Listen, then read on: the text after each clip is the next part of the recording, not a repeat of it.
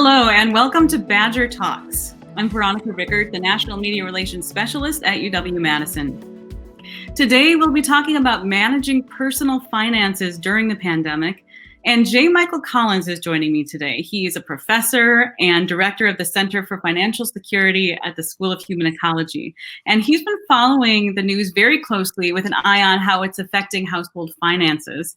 Mike, thank you so much for being with us today. Thanks, Veronica. I'm happy to be here. So, Mike, a lot of us have never been through anything like this before. It's hitting us on a lot of levels, including, of course, our finances. And I'm wondering if, from your perspective, though, even though this is uncharted waters, if there are basic rules that can help us weather this storm financially that we can turn to. Yeah, I think for a lot of people, the financial shock of the quarantine and everything else that's involved with this is, in some ways more anxious, makes them more anxious than the pandemic itself. We have been through economic shocks before. Many of us remember the recession in 2008, and many people lost jobs in that and lost home values and lost asset values in their retirement. So we've been through these kinds of shocks before. I think what's different about this time is that it's happened so suddenly. When in February, pretty much everybody thought everything was great. Their jobs were stable. The economy seemed to be doing well. And within a month, it's like we hit a brick wall. And, the record numbers of unemployment and lots of people really nervous about their finances. So, I think we shouldn't panic, just like we shouldn't panic about the pandemic. We shouldn't be panicking about our finances, but it does require people to be mindful and take the steps they need to take to feel better about where they are with their financial well-being. Right, and we hear about having emergency savings, and I imagine that's for times just like these. But if we don't have those savings right now, or we are stretched in other ways, what should we be doing? What should we be prioritizing in terms of saving or not saving right now? Yeah. For a lot of people, emergency savings was hard to do even when times were good. And so now's the time to break the glass on that emergency fund to try to bridge those gaps that are needed. Obviously, when bills are due, you have to make priorities about what to pay for first. Some creditors, lenders, mortgage lenders, others are willing to defer payments or, be soft on deadlines, and others aren't. And so, obviously paying what's due to the best of your ability is a key thing. For people who don't have any emergency savings and don't have any income coming in and aren't able to get other kinds of support, it does mean, unfortunately, trying to look at other kinds of assets, whatever it might be. Maybe they have to sell some investments. Maybe they have to take out loans. And, that's very, very difficult for a lot of people to do. And so, this is a time when we really try to help people to try to come up with a plan so that, in 3 or 4 months, they can dig out of this hole that they might be in now. 3 or 4 months sounds optimistic. What do we do if this goes on and on? Is there a strategy for the long term? Yeah, no, I think, for people who have lost a job, there is, and if they're able to get through the unemployment process and apply for unemployment benefits, there are extended benefits through the end of July that will help a lot of people keep going.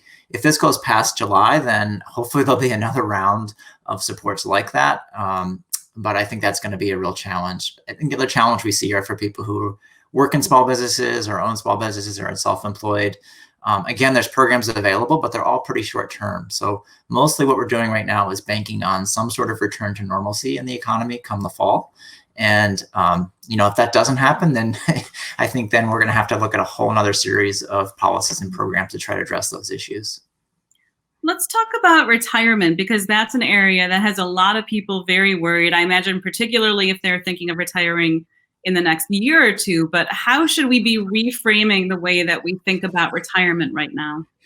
Yeah, I think this is something we always talk about when we teach financial planning is you're getting closer to retirement. You don't want to be invested heavily in the stock market. You want to have, safer assets that don't fluctuate as much. And I think there's a lot of people who are getting close to retirement. They were seeing, the value of the stock market go up. And so they were heavily invested in stocks. And then, in a week, they lost a third of their value for some folks. So, this really does emphasize how much you have to be planful about retirement and sort of, for people who are more involved in cash or other kinds of less volatile investments, they're in better shape right now.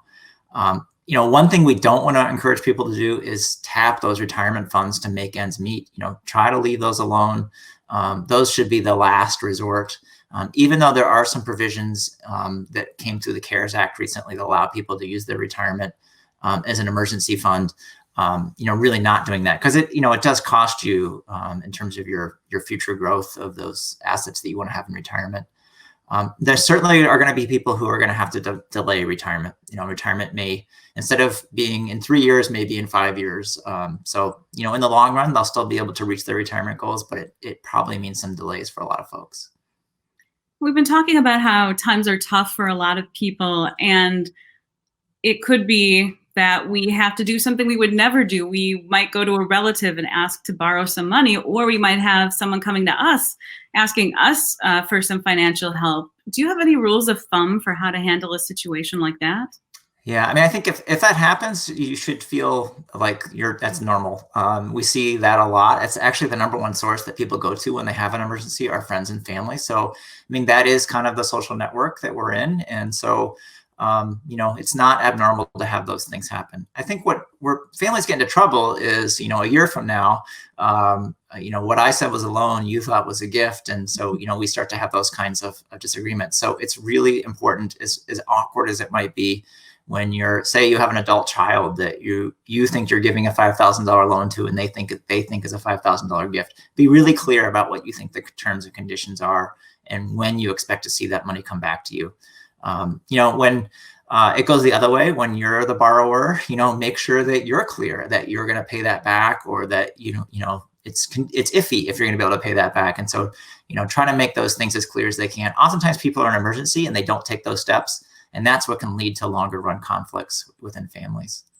And Michael, as we wrap up, what is the top thing you think we should keep in mind as we're trying to navigate these new waters financially? I think the thing I would say is just be flexible. Don't panic. Don't read every day's stock report or every day's economic news and think that this is it. It's changing day by day. Our policies and programs are changing day by day. So, be flexible, be patient. If you're trying to get into the unemployment program or some of the other benefit programs or the loan programs, it's going to take a while, and sort of we have to work our way through these systems. So using that flexibility in terms of your own budgeting, in terms of your own financial decision making, and then just being patient with others and with the process that you're going through. Michael, thank you so much for joining us. Really appreciate the advice you gave us today. Thanks. Thanks for having me. This is J. Michael Collins. We've been talking with him. He's professor and director of the Center for Financial Security at the School of Human Ecology on the campus of the University of Wisconsin-Madison.